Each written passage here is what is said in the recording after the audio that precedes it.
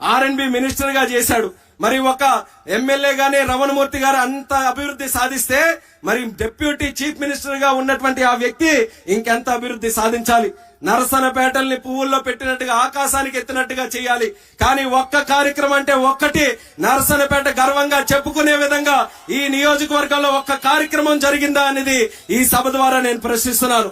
ఎక్కడ వేసిన గొంగలు అక్కడ వేసినట్టుగా మనం చేసినటువంటి అభివృద్ధి అంతవరకే అయిపోయింది. ఇంకా ఏదైనా అవకాశం దక్కితే ఏం చేశారు? మనం కట్టినటువంటి బిల్డింగులకి మాత్రం వాళ్ళు రంగులు వేసుకున్నారు.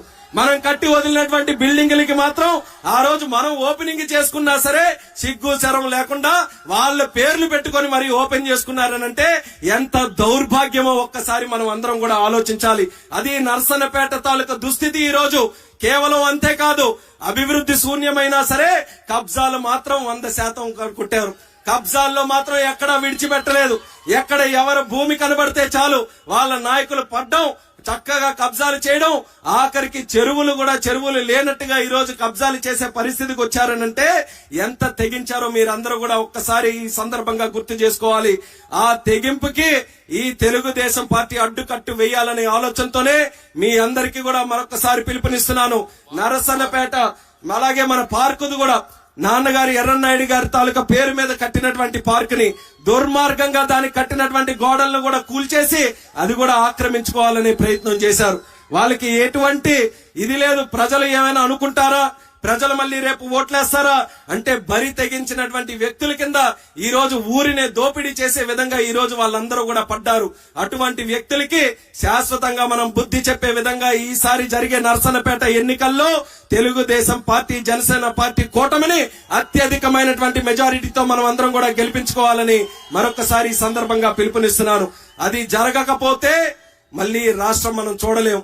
రాష్ట్రం తాలూకా పరిస్థితులు ఎలాగున్నాయి? జగన్మోహన్ రెడ్డి తాలూకా పరిపాలనలో ఏ ఒక్కరం కూడా ఆంధ్ర వాళ్ళమని మనం చెప్పుకోవాలనంటే సిగ్గుతో తలదించుకుంటున్నాం. కనీసం ఒక రాజధాని కూడా లేనటువంటి రాష్ట్రం ఈ భారతదేశంలో ఏదైనా ఉందనంటే అది మన ఆంధ్రప్రదేశ్ రాష్ట్రం. అది మన అందరికీ కూడా సిగ్గుచేటు కాదా? కనీసం మనకు ఉన్నటువంటి రైతులు చక్కగా వ్యవసాయం చేసుకోవాలనంటే గాలికి వదిలేశారు. ఈ రోజు వంశధార తాలూకా కార్యక్రమాలు ఇక్కడ ఎర్రమండలో ఉన్న రిజర్వాయర్ గాని కాలువ తాలూకా పనులు గాని ఏ ఒక్కటి కూడా ఈ రోజు పూర్తి చేయకుండా రైతులు వ్యవసాయం చేసుకోవాలనంటే ఈ రోజు నరకం అనుభవించే పరిస్థితికి ఈ రోజు వచ్చారు. కాబట్టి రైతులకి మళ్ళీ చక్కగా వ్యవసాయం చేసుకునేటటువంటి పరిస్థితి రావాలంటే మళ్ళీ చంద్రబాబు నాయుడు గారు ముఖ్యమంత్రిగా రావాలి. తెలుగుదేశం పార్టీ అధికారంలో ఉండాలి. అలాగే మన నరసన్నపేట నియోజకవర్గంలో ఉన్నటువంటి మత్స్యకారుల గురించి కూడా చెప్పడం జరిగింది. గతంలో మన ప్రభుత్వంలో ఉన్నప్పుడు మత్స్యకారులకి అన్ని రకాలుగా మనం ఆదుకున్నాం. అసలు మత్స్యకారులకి పెద్దపీట వేసిందే విశ్వవిఖ్యాత నట సార్వభౌముడు స్వర్గీయ నందమూరి తారక రామారావు గారు. ఆయన ఎప్పుడైతే ముఖ్యమంత్రిగా ఈ ఆంధ్రప్రదేశ్ రాష్ట్రానికి వచ్చారో ఆ తీర ప్రాంతంలో ఉన్న ఇసుక దెబ్బల్లో ఉన్నటువంటి మత్స్యకారులు అందరూ కూడా శ్వాస పీల్చుకొని మేము కూడా బ్రతకగలమనేటటువంటి ఆ నమ్మకం ఆ మత్స్యకారులందరికీ కూడా కలిగింది. అటువంటి మత్స్యకారుల్ని ముందుకు నడిపించడానికి తెలుగుదేశం పార్టీ సిద్ధంగా ఉంది. వాళ్ళకి యథావిధిగా గతంలో ఏ రకంగా ప్రభుత్వం నుంచి కార్యక్రమాలు చేసే వాళ్ళమో అన్ని కార్యక్రమాలు కూడా కొనసాగిస్తాం. ఈ రోజు కనీసం ఒక వల పోతే ఆ వలకి కావలసినటువంటి నిధులు కూడా ఇచ్చే పరిస్థితి లేదు. కానీ మంత్రి ఎక్కడ ఉన్నాడయ్యా? యానిమల్ హస్బెండరీ తాలూకా ఫిషరీస్ తాలూకా మంత్రి మన అడుగు దూరంలో పలాసలోనే ఉన్నాడు. కానీ ఆయనకి కావాల్సింది ఆయన ఎంత సొమ్ము సంపాదించుకుందాం అనేది తప్ప మత్స్యకారులు ఎంతమంది ఉన్నారు, వాళ్ళ సమస్యలు ఏంటి, అది ఎలా పరిష్కరిస్తాం అనే మాట ఏ ఒక్కరి దగ్గర లేదు. కాబట్టి ఈ ప్రభుత్వానికి గట్టిగా మనం బుద్ధి చెప్పి మన రాష్ట్రాన్ని మనం కాపాడుకోవాల్సిన అవసరం ఉంది. గతంలో కూడా కొన్ని విషయాలు మీకు చెప్పేవాళ్ళం. మన తాలూకా భూముల మీద కూడా ఏ రకంగా జగన్మోహన్ రెడ్డి పడ్డాడన్నది అది మీ అందరికీ కూడా గుర్తుంది కదా. ఏమని అంటున్నాడు జగన్మోహన్ రెడ్డి? మీ భూముల్లో రాళ్లేస్తున్నాడు జగనన్న అనే పేరుతోని. మీ పాస్బుక్ల్లో ఆయన ఫోటో వేసుకుంటున్నాడు. ఇంకా దానికి మించి చెప్తున్నాడు నేను మీ బిడ్డనని.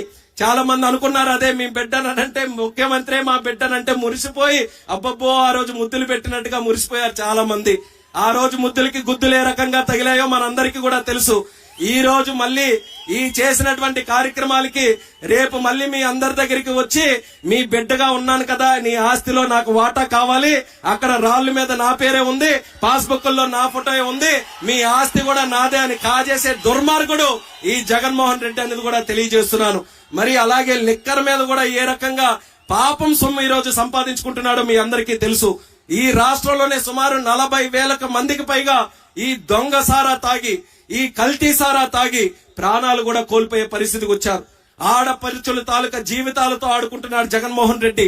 కేవలం డబ్బు సంపాదించాలనే ఆలోచనతో తండ్రి ముఖ్యమంత్రిగా ఉన్నప్పుడే 1,00,000 కోట్లు దోచుకున్నాడు. మొన్న నేను పార్లమెంట్ లో కూడా మాట్లాడినప్పుడు చెప్పాను, ఏ1లే ముఖ్యమంత్రిగా ఉంటే ఆ రాష్ట్రాలు ఇంకేమైనా బ్రతకగలుగుతాయని. అందుకే అక్కడ పార్లమెంటులో మోదీ గారికి కూడా తెలియజేశాం, మీరు